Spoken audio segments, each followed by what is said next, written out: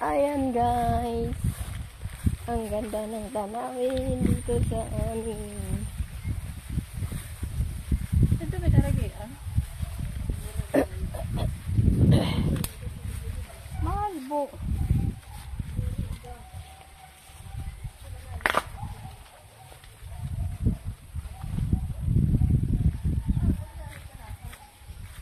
Ito ba kita saging? Suga naman may daling pagsagingan di ano. May daling mga tinanim. Bisa nga ni isa wala pa yung tinanim di. May tinanim ni Kuya Dida. Asya nga ni.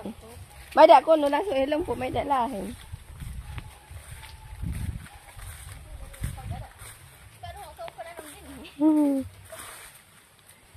Ang aming kuya po ang nananim dito. Kung hindi nyo po naaalala ay naaalala namin.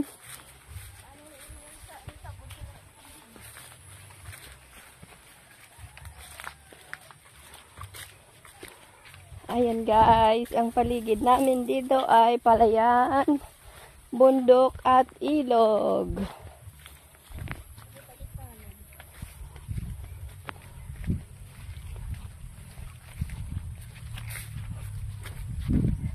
Ayan, nakikita nyo ba yan? Ayan, mga puno ng saging, puno ng kahoy, puno ng bayabas, at puno ng mga puno.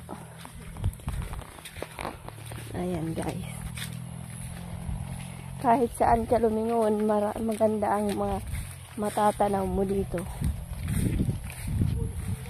Ayan, puno ng nyug.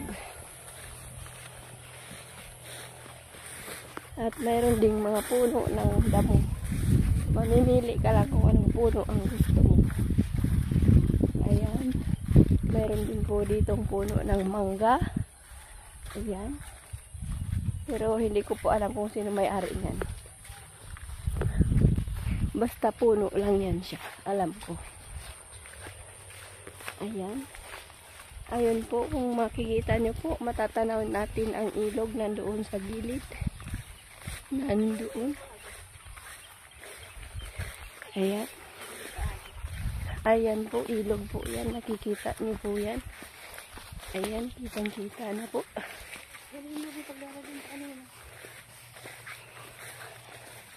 Ayan po ay ang ilog. Ha? Ilog po, dyan po kami naliligo noong kami ay maliit pa. Wala, karami naglugsuan. Ayan. Taib po ngayon, paghibas po, kitang-kita po ang mga bato dyan sa ilog na ayan. Ayan. O, diba? Ayan po ang ilog. Tabing ilog.